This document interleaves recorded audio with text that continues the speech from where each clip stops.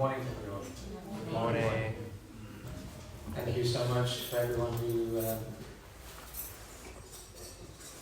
is gathered here today. Who's graduating today? Welcome to a graduation. I don't know if you've ever been to a graduation that starts at 4:30 in the morning. And now you have to stay awake.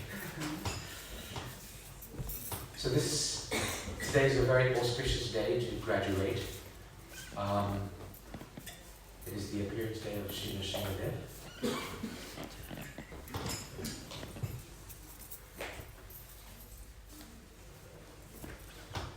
And we will focus on what it means to be a student. And we'll hear about Prahlad Maharaj as the student who attracted the attention of the Lord because of the kind of student he was. We'll begin with our meditation on Shishya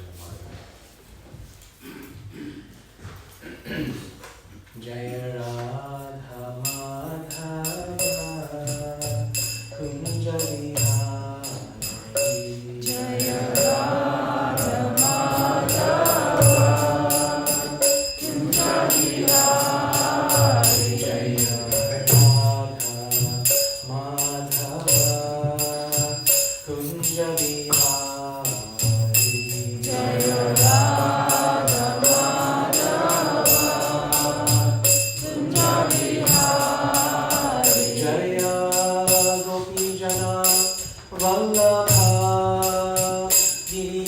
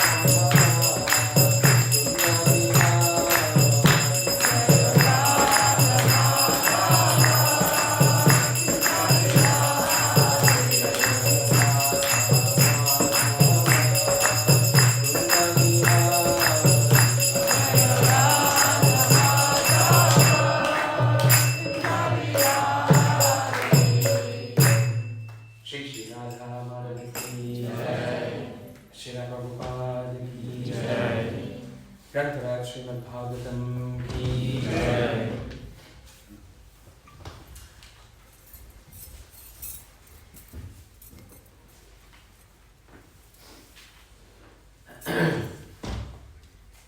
So we'll begin with a verse from Bhagavad Gita.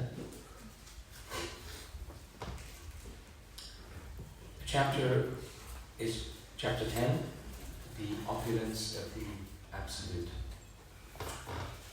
Om Namo Bhagavate Vasudevaya. Om Namo Bhagavate Vasudevaya. Namo Bhagavate Vasudevaya. Om Namo Bhagavate Vasudevaya. Om Namo Bhagavate Vasudevaya.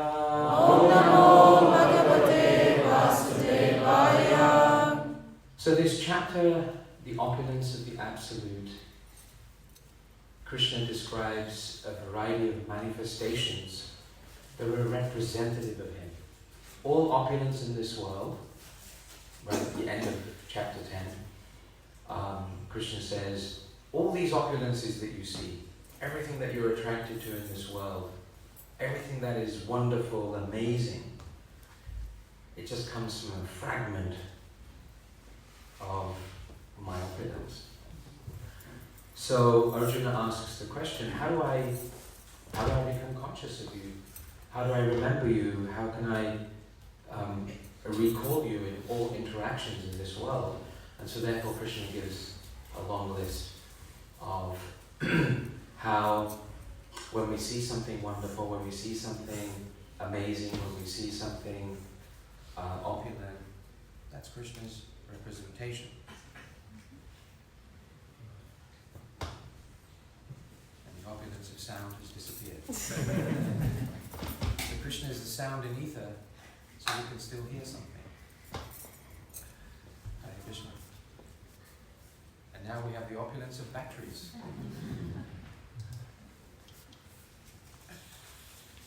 So the verse that I'd like to begin with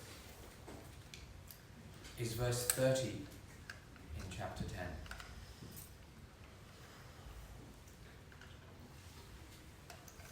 Praladas chashmi daityanam kalaha kalayatam aham mriganam chamagrandoham vainatayas chapakshinam.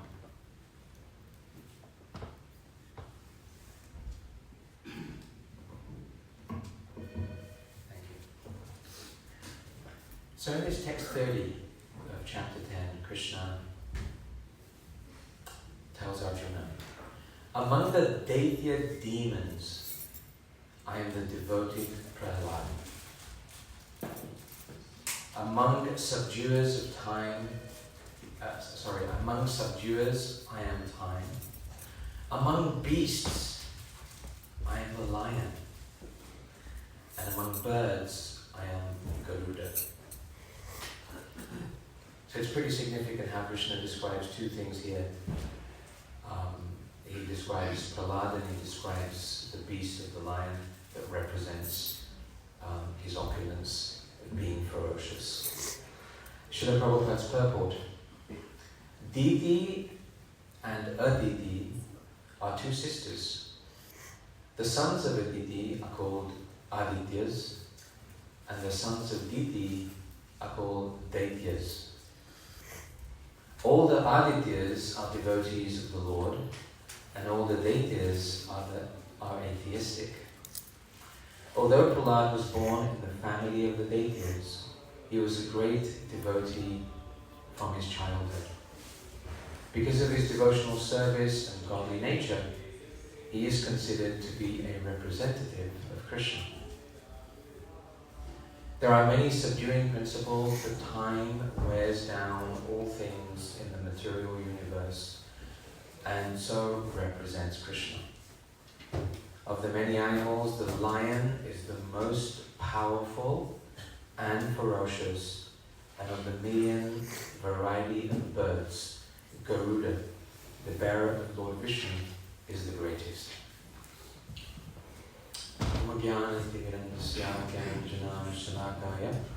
Chakshurunmilitam yena tasmai Shri Gurave Namaha. Shri Chaitanya Manobhistam Sthapitam yena Bhutale Swayam Rupa Kadamayam Dadati Swahadantikam. Vandeham Shri Guru Shri Tavadakamalam Shri Gurun Nrsimha Shri Rupam Shagajatam Shahadana Arbudanam Vidanam Sajivam Sadvetam Savadutam Parijana Sahitam Krishna Chaitanya Devam Shri Radha Krishna Padam Sahagana Lalita Shri Vishadam Vinamsham. He Krishna Karuna Sindhu Dina Bando Jagatpate Gopesha Gopika Kanta Radha Kanta Namostate Tapta Kancana Gaura Mani Radhe Vrindavadishri Vrishabhanu Sute Devi Paramami Haripriye Vanchakalpa Tarubhyascha Kripa Sindhu Vyayascha Patitanam Pavanebhyo Vaishnavebhyo Namo Namaha. Shri Krishna Chaitanya Prabhu Nityananda Shri Advaita Gadadhara Shivasadi Gaura. Hare Krishna, Krishna Krishna, Hare Hare, Hare Rama, Rama Rama, Hare Hare.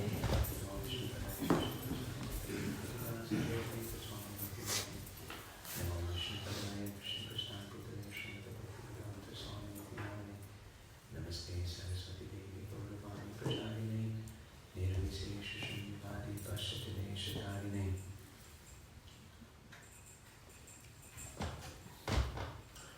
So we hear about two sisters, Aditi and Didi, and they both have children, but the children of one of them are devotees, and the children of the other one are not, they're demons. So Krishna is saying that amongst the demons there is a boy called Prahlad, and he's my representation. So though he's born in the family of demons, I still have a representation in the family of demons, and that is this boy Prahlad. Generally in society there are two types of people. There are devoted and there are the demons, and there's usually a tussle between them. The scriptures describe that in each of the ages the location of demons changes.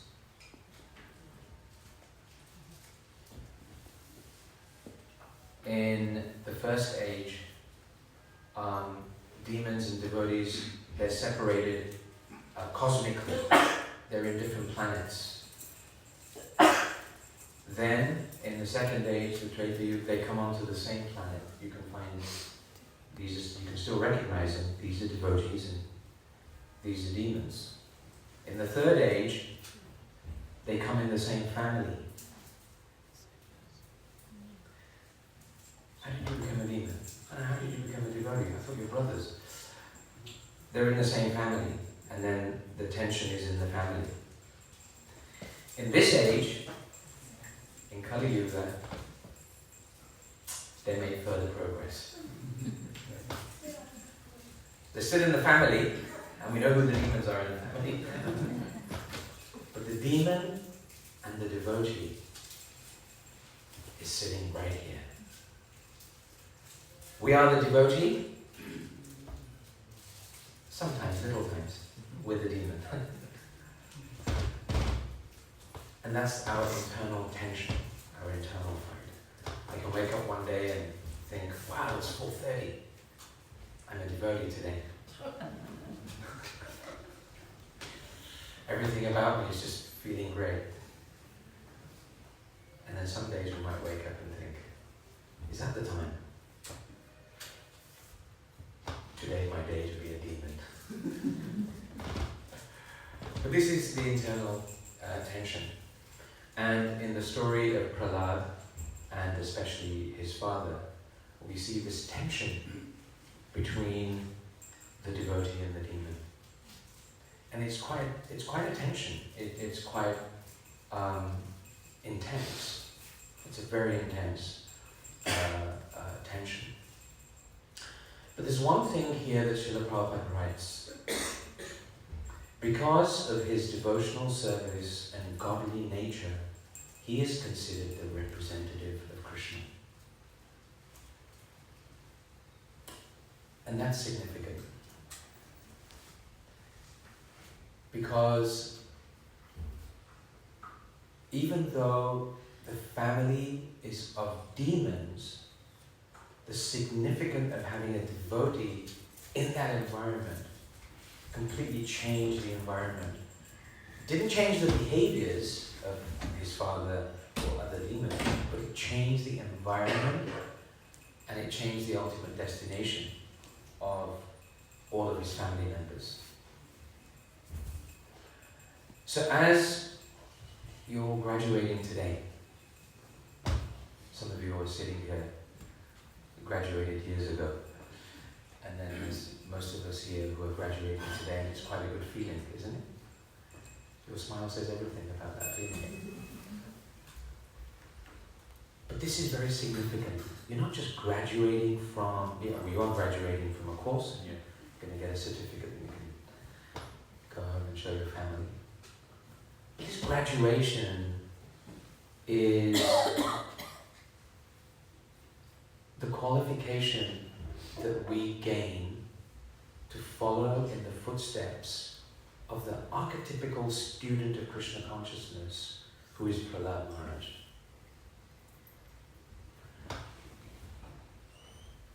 Because he appeared in the family of demons, a lot of things changed for the family of demons. Because he appeared in the family of demons, because of the depth of his devotion, Krishna appeared to that family of demons in order to sort a few things out. So as you graduate, have this meditation that there's a lot that you are able to do as a devotee of Krishna that will have far-reaching, great significance on every single member of your family. In fact, you graduating today is an amazing blessing on the entirety of your family. The entire lineage of your family is blessed because of you taking the steps to Krishna consciousness, of you taking the time to understand spiritual wisdom, of you taking time to understand the scripture of Bhagavad Gita, Krishna's words within it, how to live those words, making your endeavor to fulfill those instructions, having this enthusiasm that every day I take steps closer to Krishna. This is very significant. And to Krishna, this is very attractive. And this is the nature of Prahlad.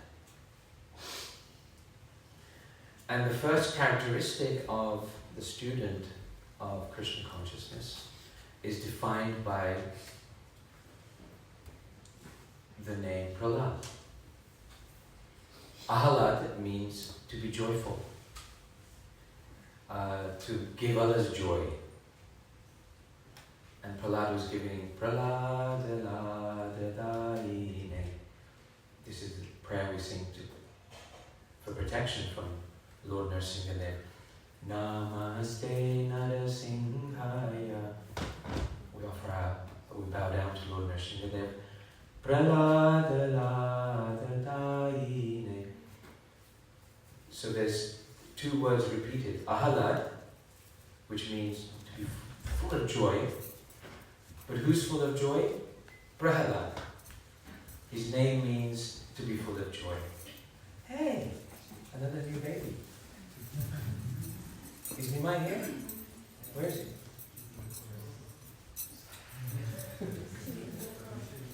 Hey, Hare Krishna. So we have Keshav Kian.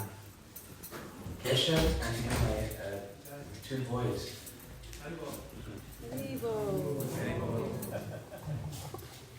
So we'll all get to see them soon.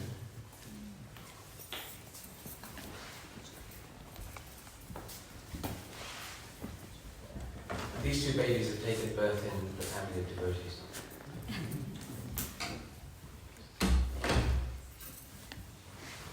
So Ahlad means to be full of joy and to give joy. And Prahlad gives joy. He gives so much joy to Nrsimha there. But the word pra means that joy that Prahlad has as a student of Krishna consciousness. It just is so intense. It's intense. You know, if you see the joy, like most of you know Rita. She's joyful. I mean, when you laugh, when she laughs, the world laughs with her. Now imagine you take Rita's joy and you multiply it like a billion times. That's Prahlad. That's how intense the joy of that's how intense the joy that Prahlad gives, that Prahlad experiences, and that is Nrsimhadev is attracted by. So when Krishna in chapter 9 of Bhagavad Gita describes that Krishna consciousness is the highest education, and he says one who has this education, Shushukam Kartamavyayam. Shushukam is joyful. Joyful. So Prahlad is joyful. And students are joyful because they're learning something new, they're progressing, they have great enthusiasm, they can see transformation taking place in their life. And so we are following in the footsteps of this archetypical student of Krishna consciousness who is Prahlad. Become full of joy. And when we chant Hare Krishna, Srila Prabhupada said, chant and be happy. So when we chant Hare Krishna, when we come to see Radha Madhava, when we read Bhagavad Gita, it manifests joy. Because we can just see things for what they are in the world, we can feel the presence of Krishna. And that joy is anandam, buddhivardhanam. It is ever increasing. Another word for joy and bliss is anandam. And in Krishna consciousness, the more you experience it, the more you experience it, the more it will continue to experience. And if we, just like Prahlad, one of the characteristics that Prahlad teaches us is courage.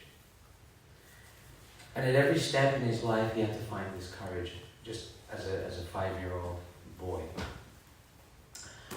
So let's hear a little bit about Prahlad and the courage he needed in order to remain Prahlad, in order to remain joyful in his devotional practice. So the story of Prahlad and Lord Nrsimhadev is in the 7th canto of Srimad Bhagavatam. And the story of Prahlad was that at the time that he was in the womb of his mother, there was a great attack. The demigods were feeling invincible, and so they were attacking and trying to ruin the setup of Hiranyakashipu. And then they came to the wife of Hiranyakashipu who was expecting a child. And the tension for them was, well, if she's the wife of a demon, then she's carrying a demon. We get rid of the wife, we get rid of the demon. You know, we get rid of the person who she's carrying, who's the son of the demon. So the demigods were ready to do that. But she was saved. You know, the sage Narada Muni said, I will take care of her. Please don't harm her or harm the baby in her womb. So being taken care of by Narada Muni, and if we know Narada Muni only talks about Krishna. He only glorifies Krishna. And so even though the baby was in the womb, hearing Narada Muni's glorification, the baby became Krishna conscious. Just like the mothers of Keshav and Nimai, for the last 9 months, they have intensified their devotion so that the child could hear everything about Krishna. And now on their first day out, they have come to see Krishna. And may that be the case for the rest of their life, and being blessed by Krishna, Krishna's name, Krishna's pastimes, Krishna's form, Krishna's wonderful qualities, and so on. And may their fathers never become like the father of blood. Otherwise the whole community will jump on you.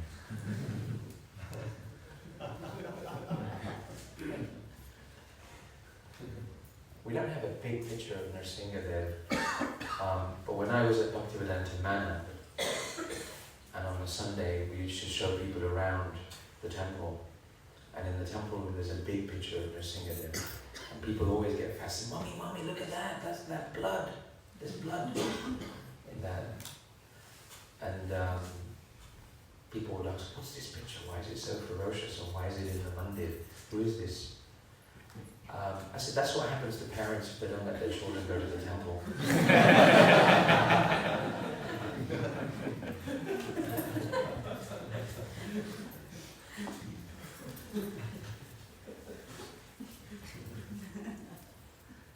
Well, at least that happened to one parent. That was enough. The rest is deterrence. So, let's hear about Prahlad. So Prahlad, 5-year-old boy, he was educated in Krishna consciousness while he was in the womb, and so when he was born, he had these beautiful devotional characteristics. And so quite naturally, he was singing the glories of the Lord, he was teaching his school friends, don't waste his time. But of course his father, Hiranyakashipu, a great demon, become very, very powerful by the performance of his austerity. He wanted to educate his son in economics and politics and that kind of philosophy. And Prahlad Maharaj, here it says, Prahlad certainly heard and recited the topics of politics and economics taught by his teachers, but he understood that political philosophy involves considering, this is very significant, political philosophy involves considering someone a friend and someone else an enemy. And thus Prahlad did not like that. And we'll hear something more about that. So anyway, as parents like to do, Becca, what did you learn in school today? And usually children say, nothing. How was your day? Good. What did you learn? Nothing. And then you kind of think, I must speak to the teachers. Why is my child not learning anything? It doesn't tell me anything. So Hiranyakashipu said, teachers, please bring my son. I want to know what he's learning. So Prahlad came and Hiranyakashipu, his father, my dear son, please let me know what you think is the best of all subjects you have studied from your teachers. So Hiranyakashipu was teaching all parents how to ask children what they learned in school. If you say, what did you learn? They'll say nothing. But now you can ask your child when they come home, tell me, what was the best subject of the day today? And they might give you a response. This is Prahlad Maharaj's response. And this is how he addresses his father. O best of the Asuras, which means king of the demons. As far as I have learned from my spiritual master, any person who has accepted a temporary body and temporary household life is certainly embarrassed by anxiety because of having fallen in the dark well where there is no water but only suffering.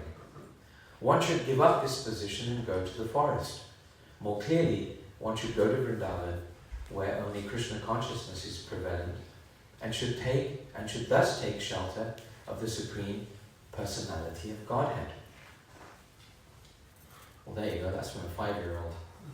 That's EYFS. So Prahlad is being very courageous, very truthful. He's not thinking, well, what does my dad want to hear right now? He's not being political, he's not being, duplicitous. He's not trying to just say a few words, keep dad happy, and then go off and play. What's the truth that I've learned? Whether my dad likes the truth, doesn't like the truth, I'm going to tell him the truth. He's right now sitting in a dark well attached to his material life.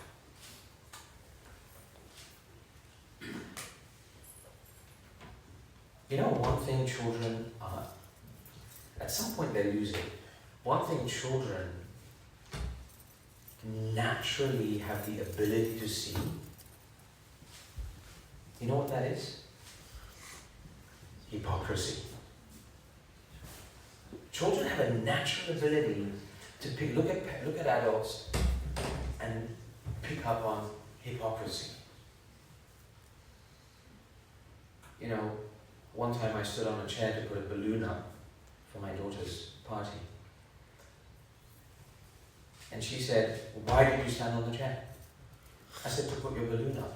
"Yeah, but you said you should never stand on a chair. You can't win." They see hypocrisy. And that's really amazing. It's really wonderful quality. And we as parents should let them see this hypocrisy because it's education. And that's why the character and behavior of adults around children has to be what we want that behavior to be nurtured in. And that's a very significant point. So Prahlad Maharaj was not shy here in telling his father, well, this has to be the best knowledge that I've learned, that most people have become embarrassed by the anxiety of falling in the dark well of material life. Of course, Hiranyakashipu didn't like that. So, when Prahlad Maharaj spoke about the path of self-realization in devotional service, thus being faithful to the camp of his father's enemies, Hiranyakashipu, the king of demons, heard Prahlad's words, and he laughingly said, "Thus is the intelligence of children spoiled by the words of enemies." And then Hiranyakashipu said to his assistants, "My dear demons, give complete protection to this boy at the Gurukul where he is instructed, so that his intelligence will not be further influenced by Vaishnavas who may go there in disguise." And so the boy was taken away again by his teachers. This time he was giving an instruction. "I don't want my boy to speak like this. He shouldn't speak like this. This is the words of the enemies. My enemy is Vishnu, and his followers are the Vaishnavas. And they come in disguised, and they knock on the door, and they come in and say, 'Hare Krishna,' just a few minutes, and they change your life. I don't want that to happen to my son." And make sure he doesn't go to any Hare Krishna festivals where they're promoting the Discover course. That'll change his life forever.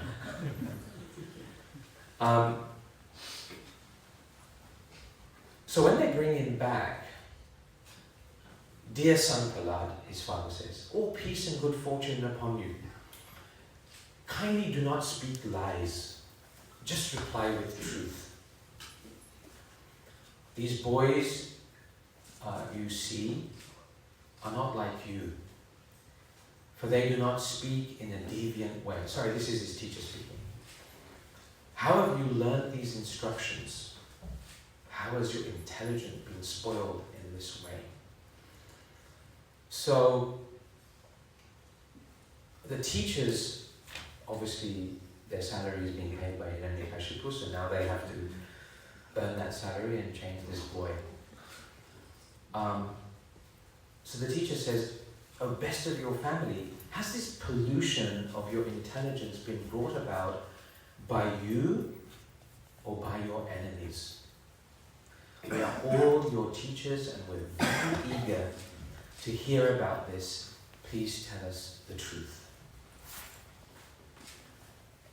Now, when you tell Prahlad to speak the truth, what truth will he speak? He will speak the absolute truth. So Prahlad replies to his teacher. Okay. He begins, "Let me offer my respectful obeisances to the Supreme Personality of Godhead, whose external energy has created the distinctions, my friend, my enemy, by deluding the intelligence of men. Indeed, I am now actually experiencing this, although I have previously heard of it from the authoritative sources.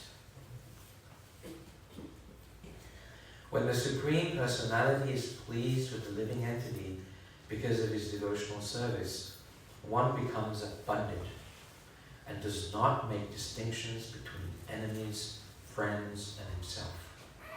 Intelligently, he then thinks, every one of us is an eternal servant of God. Therefore, we are not different from one another. Persons who always think in terms of enemy and friend are unable to ascertain the supersoul within themselves. Not to speak of them, even such exalted persons as Lord Brahma, who are fully conversant with Vedic literature, are also sometimes bewildered in following the principles of devotional service. The same Supreme Personality of Godhead, who has created this situation, has certainly given me the intelligence to take the side of your so-called enemy." Now let's look at this from the perspective of a student of Krishna consciousness. Another student of Krishna consciousness is Arjuna. And he's on a battlefield. On a battlefield, there's naturally enemies. And Arjuna becomes bewildered. These enemies, so-called, is my family. I can see all my family, my friends, my cousins, uncles, grandfathers, everyone I respect. And so therefore, I'm now bewildered. How can I do? How can I fight? Isn't my grandfather my teacher? Krishna does not deviate Arjuna's attention from the duty of fighting, but he cultivates that inner vision and inner attitude of a student of Bhagavad Gita, a student of Krishna consciousness. And so then when we progress through Bhagavad Gita and arrive at the point where Arjuna is ready to fight, what is it that Krishna has instilled within his heart? First and foremost, he's instilled devotion to him. But then there are other virtues that Krishna has instilled within the heart of Arjuna. And those virtues are by which he's going to perform his duty in the world. Ahimsa, non-violence. Aman itvam, humility. Abanditvam, pridelessness. There's various times in the Gita where Krishna says to Arjuna, be friendly to all living beings. There's many times where Krishna says, do not hate, do not have anger, do not envy. These things get in the way of seeing every person as a servant of Krishna. So there is a theme that runs through the life of a student of Krishna consciousness. And the basis of that life of a student is the virtues of Krishna consciousness. First of all, student means humility. With humility there is knowledge. But the virtues of this knowledge, and that Prahlad Maharaj is talking about, he's 5 years old. Arjuna was, he was a grown man, prince, married, had children. He was ready to rule the world with his brothers. But Prahlad is 5 years old. And he's in an environment where everybody's talking about an enemy. There's an enemy. We have the same enemy. And that's Vishnu and his followers. But Prahlad is kind of seeing something else. So the perspective of a student of Krishna consciousness is to change material vision into spiritual vision. And spiritual vision means seeing every living being as the eternal servant of Krishna. Every living being in the heart has Krishna. And if we create this idea of enemy and friend, we actually stop seeing Krishna in the heart of all beings. And so Prahlad, being asked and invited to speak the truth, this is the first truth he speaks. Because it is upon this truth, which is the nature of a student of Krishna, that every other truth of Krishna consciousness is built. Equal spiritual vision. I see equally the spiritual nature of all beings. And in chapter 18 of the Gita, Krishna describes this vision of knowledge as knowledge in the mode of goodness. Sattva. This is sattva jnana. Knowledge in goodness I see. Wherever I see the true spiritual nature of all beings. I see Krishna seated in everyone's heart. And so therefore every person is non-different, they're exactly the same as I am. And so therefore I cannot see an enemy and friend in this connection. But then just to help us, Krishna describes knowledge in mode of passion. Knowledge in mode of passion is when people see distinction. These people are good, these people are bad. These people are enemies, these people are friends. These people are mine, these people are yours. That's mode of passion. You separate that vision. And to help us further, Krishna says, mode of ignorance. There can be knowledge in mode of ignorance, though it's quite a opposed idea to have knowledge and ignorance. But knowledge and ignorance is when you have an idea and you hold on to it and you think it's everything. In today's world we call that extremism. And this is my idea, this is the right way to, we're always right. Extremism. And you promote that extremism and you behave in that extremism. But Prahlad Maharaj here is saying, I don't consider anyone an enemy. I don't consider anyone a friend. It's just my mind. That only exists in my mind. So in this way, does he satisfy the teachers? No. The teachers are now very worried. Does he satisfy his father? No.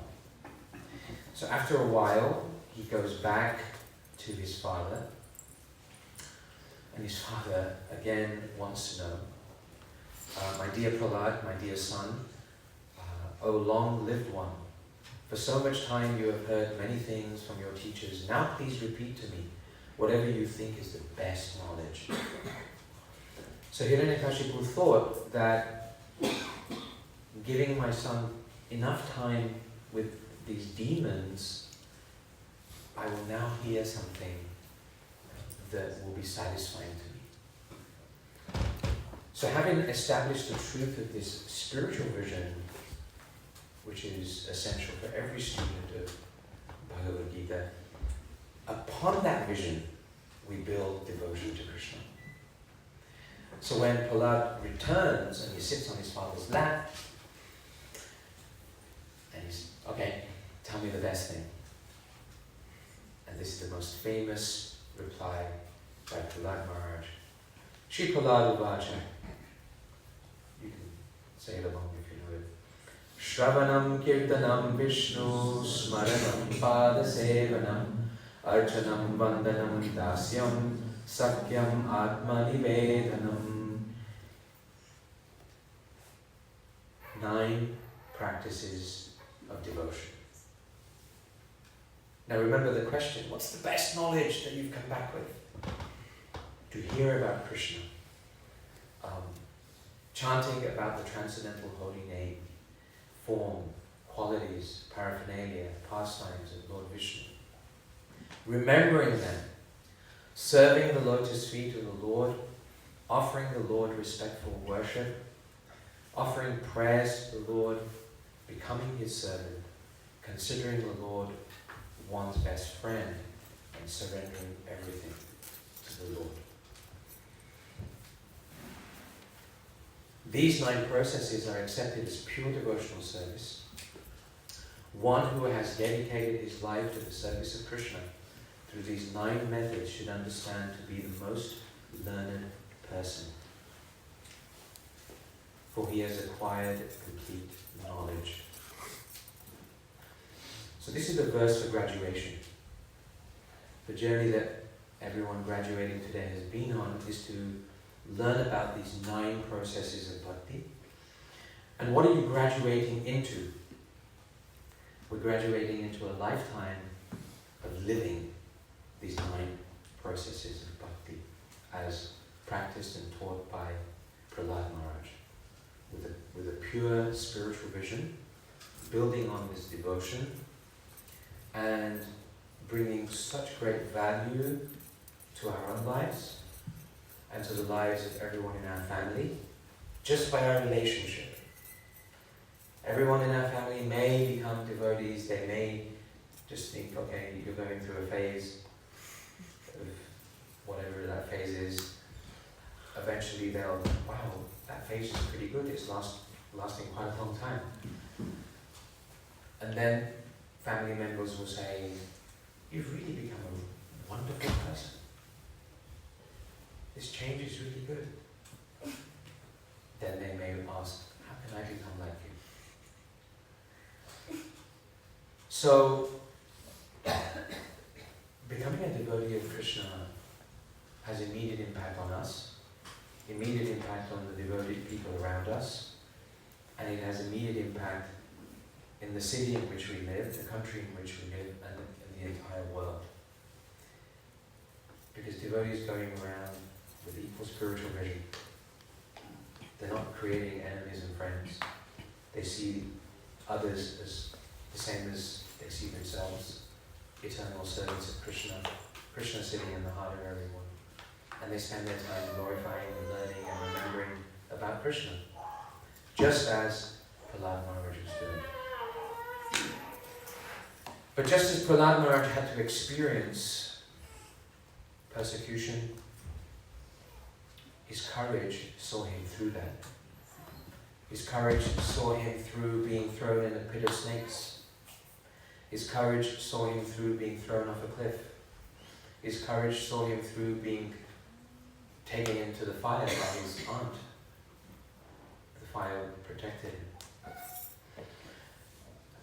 But his courage really impacted his father, because he wasn't hearing what he wanted to hear from him.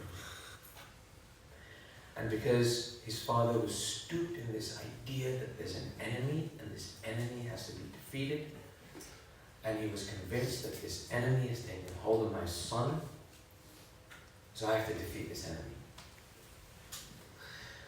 So, in the ultimate interaction between Prahlad and his father wants to know, look, I've had enough of this. I've had enough of this, back chanting from the 5-year-old. It's just time to confront, who this enemy, the fact that you learned this from a man, just confront it. So the ultimate question, What is the source? What is the source from whom you speak like this? Prahlad's a real wind-up, you know, if you had a kid who's really intelligent and he winds you up with his answers. So here's another wind. This is the best wind-up. He said, Dad, my source of strength is your source of strength. That's a wind-up. And that really wound him up. So where is this source of strength? Where? Parents get angry when they get wound up. And he got really angry. Papa, he's everywhere. That's another wind-up. I want to know where he is. Exactly. Give me the location. No, but he's everywhere. So then Hiranyakashipu is taking out his sword. Is he here? Is he here? Is he here? Where is he? Is he in this pillar? Yeah. And so Hiranyakashipu, because his son said, yeah, he's in that pillar. This one. He struck the pillar. And the loudest roar. Krishna says in the verse in chapter 10, among beasts, I am the lion. So Hiranyakashipu was powerful, and his power was solid because of two things. His austerity and the blessing for that austerity. The blessing he asked for was to be immortal. The Brahma said to him, not even I'm immortal, even I die. Everyone dies. So being a clever demon, he said, okay, give me a blessing. Give me a blessing that I can't be killed by a man or a beast. Blessed. Give me a blessing I can't be killed in the daytime or at night. Blessed. Give me a blessing I can't be killed inside or outside. Blessed. Give me a blessing I can't be killed by any weapon. Blessed. Which one's missing? Night. Morning or night. No, we've done that one. Oh, give me a blessing I won't be killed in the air or on the land or in the sea. Bless. So, no man, no beast, no weapon, no inside, no outside, no daytime, no night, and not on the land or the air, none of those places. Now when Brahma blesses, that blessing is quite powerful.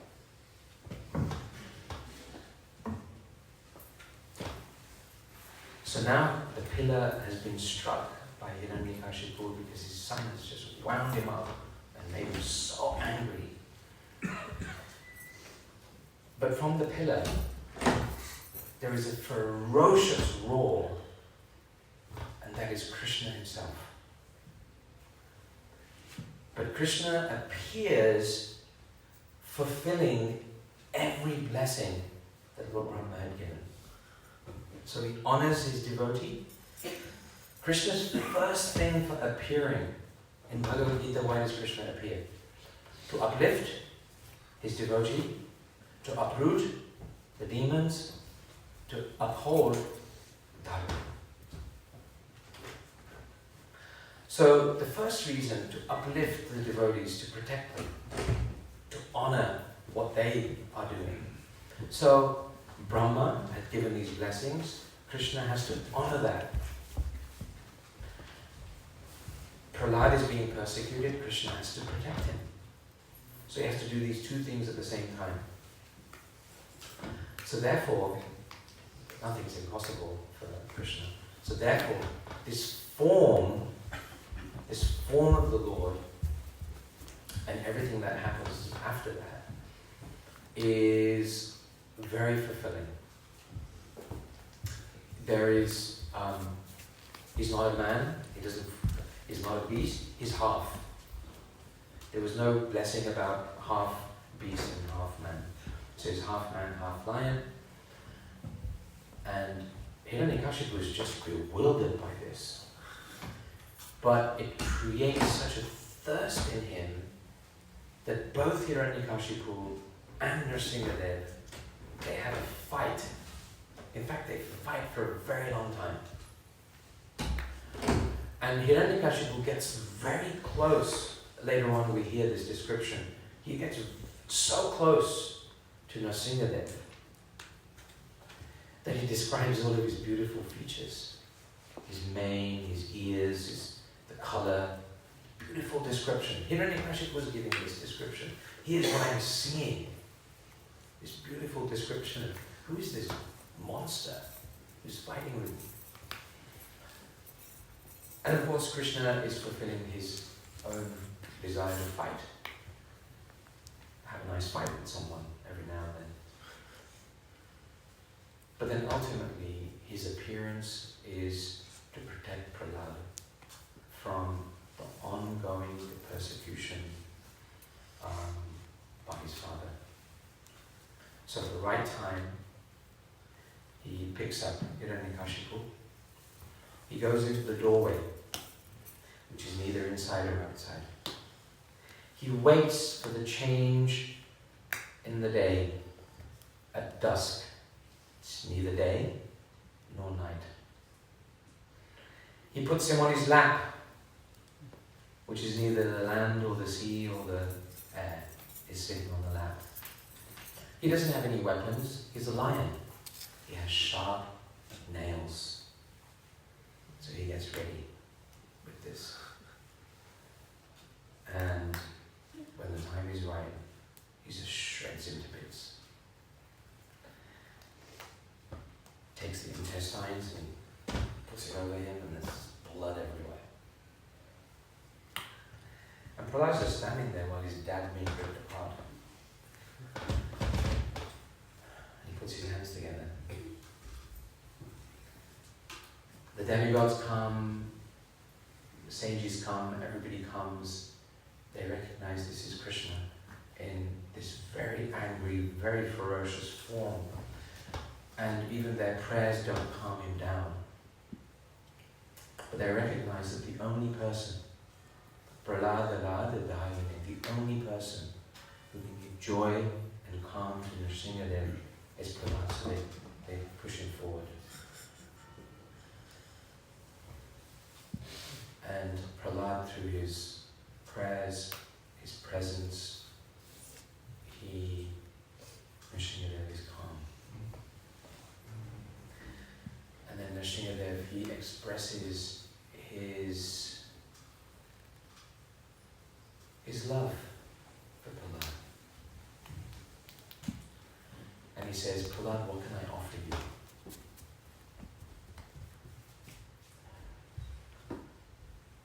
And this is what every child should learn to ask for.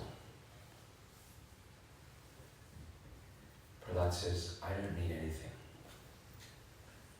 but please deliver my father. Please free him from any wrong he has done. Please deliver him. And Nrsimhadev says, because you have taken birth in this family of the deities, not only your father, but everyone in this family is liberated. Everyone. And that's the value of being a student of Krishna consciousness. The Lord sees you coming to him to be a devotee, but the Lord is willing to see, okay, who are his parents, who are his grandparents, who are his great-grandparents, great-great-great-grandparents, who are the uncles, who are the cousins, who are the aunts, uncle, who are all of them? They are all blessed because we have one person from the family who is a devotee. So the mission, if we follow the mission of Prahlad Maharaj, then our mission is one person in every family. We make a devotee, they will bless that family. So this is a very beautiful, moving, emotional exchange which nurtures our heart and brings us closer to understanding that becoming a student of Krishna consciousness, Krishna's blessing is unfathomable. What we receive in return from Krishna is immeasurable. And so therefore we're invited to be the following in the footsteps of the best student here, Prahlad Maharaj, who despite being distracted, attempts to deviate and so on, with courage he stayed focused. I found the ultimate truth here. I found something that's completely liberating. This is real joy, and therefore I'm full of joy. So this is our goal, to emulate, learn, and